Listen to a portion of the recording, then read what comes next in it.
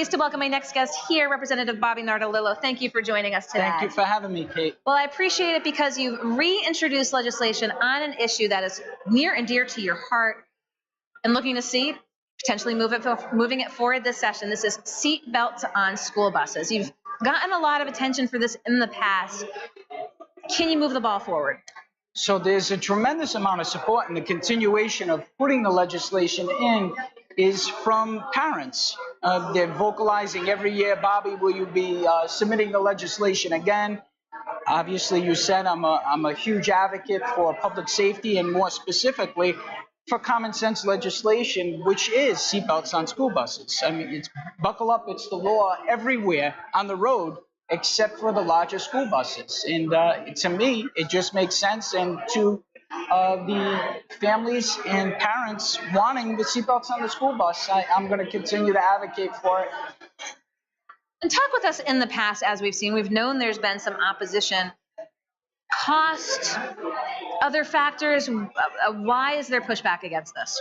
Sure, there isn't really a tremendous amount of negative feedback that we're hearing. The legislation started out, 6 states have passed this law.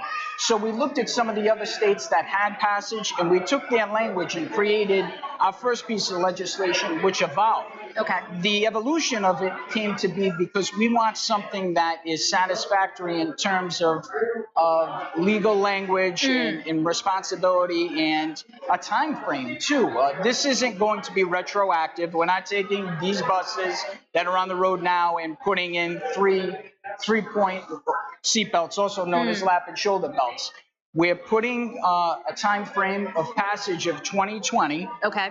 Okay, but if you're in a bus lease or purchase now, you continue that lease up until your new purchase or your new lease begins. And then when you go to get new buses for your district, they have to be secured with 3-point belts.